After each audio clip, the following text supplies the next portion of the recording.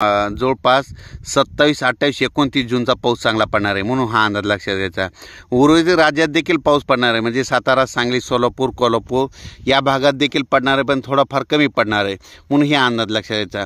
राज्यामध्ये सांगायचं झालं तर 27, 28 जूनचा पाऊस राज्यात ठिकठिकाणी जोराचा पडणार आहे, ओढे नाले वाहणारा पडणार आहे, पण भाग बदलत पडणार आहे, म्हणून हा अंदाज सर्व शेतकऱ्यांना लक्षात घ्यायचा।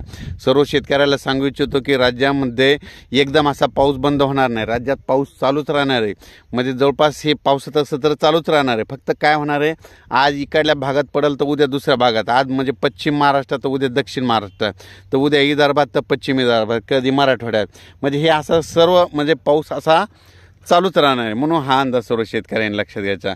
एकंदरीत परिस्थिती बघितली तर राज्यामध्ये जिल्ह्यावाईज बघायचं झालं तर आज आहे 25 जून। 25 जूनला आज अमरावती, वर्धा, नागपूर, भंडारा, गोंदिया तसेच अकोला, तसेच बुलढाणा, वाशिम, हिंगोली या भागात आज बऱ्याच ठिकाणी पाऊस चांगल्या प्रकारे पडणार आहे, म्हणजे 25 जूनला।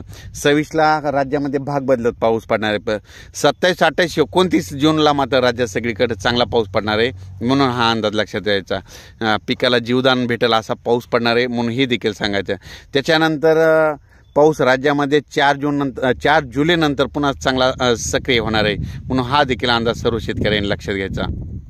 राज्यात सांगायचं झालं तर राज्यामध्ये 27, 28 जूनचा आता म्हणजे चांगला पाऊस पडणार आहे, ठिकठिकाणी पडणार आहे, ओढे नाले वाहणार आहे, पण सर्व दूर नसणार आहे, म्हणून हा सर्व शेतकऱ्यांना अंदाज लक्षात द्यायचा। सर्व शेतकऱ्याला सांगू इच्छितो की राज्यात म्हणजे आता जवळपास 60-70% जवळपास पेरणी आटपलेली, पण ज्यांची पेरणी राहिली असेल त्यांची जर ईदभर ओला असेल तर तुम्ही पेरणीचा निर्णय घ्या राहिलेल्या शेतकऱ्यांनी, आणि नसता मग पाऊस पडल्याच्या नंतर तुम्ही तुमचं पेरणीचं नियोजन करावं।